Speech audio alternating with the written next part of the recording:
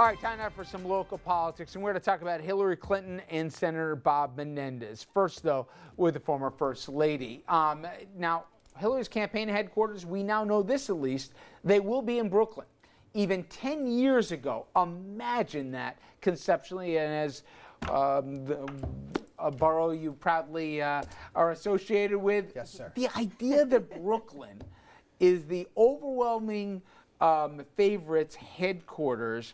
Would you believe that if somebody said that 10 years ago? Except for let alone a Clinton. So except for 5 years living in Albany for college and then working in the state legislature, I've always been in Brooklyn. I was born in Sheepshead Bay. I live in downtown Brooklyn now. All my family's in Brooklyn, except my brother who moved to Rockville Center. We don't talk about that.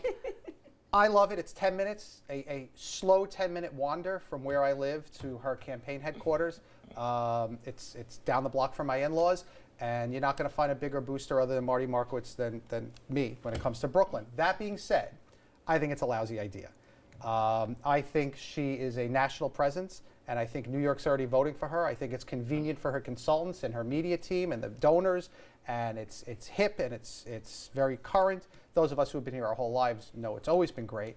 But it's going to get you nothing, and when they start tying her to the far left policies and politics at de Blasio and the Working Families Party and Sharpton and others, they're going to look around and say, whose idea was this? You don't even think she should be in New York at all. I think we were talking about this in the green room. She should be in Cleveland. She should be in Florida. She should have two offices, right?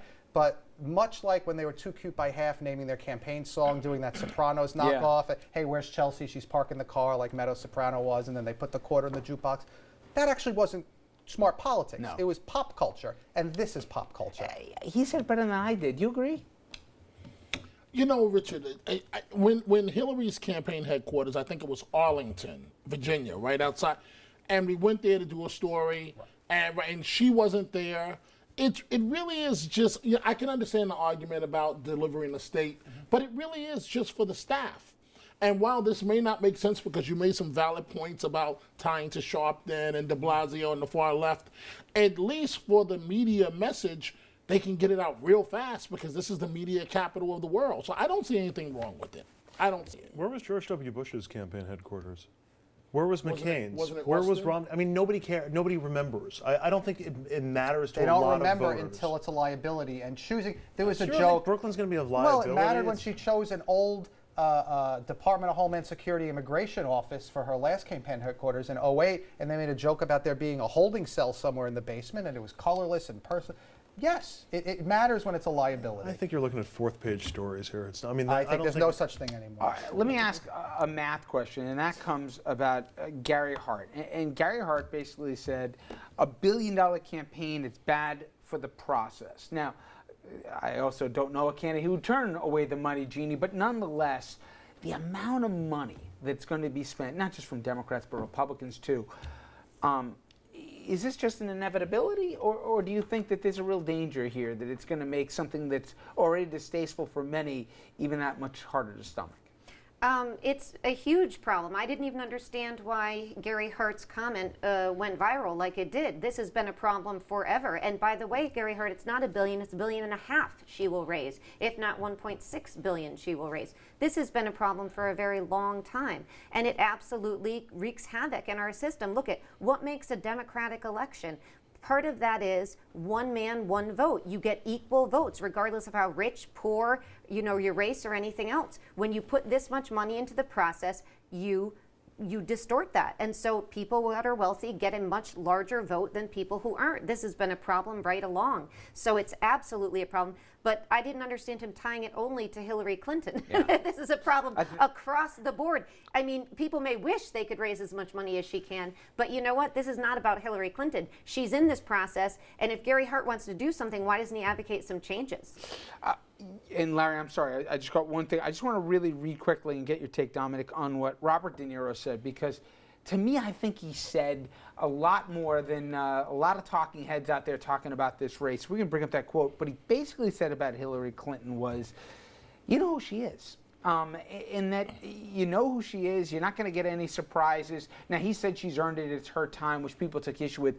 But to me, the fact that you're not worried anymore, maybe like people were 6-7 years ago with President Obama, right? That you're making history, but what are we really getting? By now, she's the most vetted candidate in the history of politics, I would think. And you would think, in addition to no more surprises, you also know what you're getting for good or for bad. You buy that? Yes, and I believe the assessment is correct. I'm speaking as an individual right now, not necessarily as a journalist, because in the role of a journalist, we don't know what's going to happen. But she has been vetted.